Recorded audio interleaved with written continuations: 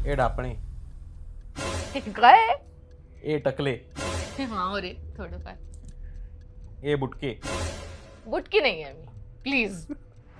मला मला असं विचारायचं आहे की जर तुला आपल्या पर्सनॅलिटीवरनं, आपल्या काहीतरी आयडेंटिटीवरनं जर मला कोणीतरी चिडवत असेल आणि मला ते आवडत नसेल, मला कोणीतरी जाड्या म्हणतंय, मला कोणीतरी टकल्या म्हणतंय, मला कोणीतरी काळ्या म्हणतंय, मला कोणीतरी काहीतरी कास्ट वरनं काहीतरी बोलतंय, असं म्हणजे व्हॉट एव्हर, मला आवडत नाही अशा भाषेत मला कोणीतरी काहीतरी बोलतंय, तर मी काय करू शकतो? पहिले तर कुठे आहे त्याच्यावर डिपेंड करेल. कामाच्या ठिकाणी असेल तर तुमची जी इंटरनल कंप्लेंट्स कमिटी आहे अशा ठिकाणी तू जाऊ शकतो. कॉलेजमध्ये असेल तर अँटी रॅगिंग सेलकडे जाऊ शकतो. जर कास्ट बेस्ड असेल तर तू समजा SC/ST कम्युनिटीचा असेल तर अट्रॉसिटी ऍक्टचा आधार घेऊन पोलीस कंप्लेंट फाईल करू शकतो. पण रस्त्यावर रॅन्डमली कोणीतरी तुला टकल्या म्हटलं तर अनफॉर्च्युनेटली तू काही करू नाही शकत. जेन्युइनली काहीच करू शकत नाही. खरंच नाही काही करू शकत, कारण हा सिरियस ऑफेन्स नाहीये. आता कास्ट वाला स्लर असेल तर हा खूप गंभीर ऑफेन्स आहे, कारण याप्रमाणे शोषण केलं गेलंय. पण एखाद्या माणसाला टकला म्हणणं हे शोषण नाहीये, त्यामुळे कदाचित तुझ्यासाठी त्याचा खूप गंभीर परिणाम होत असेल, पण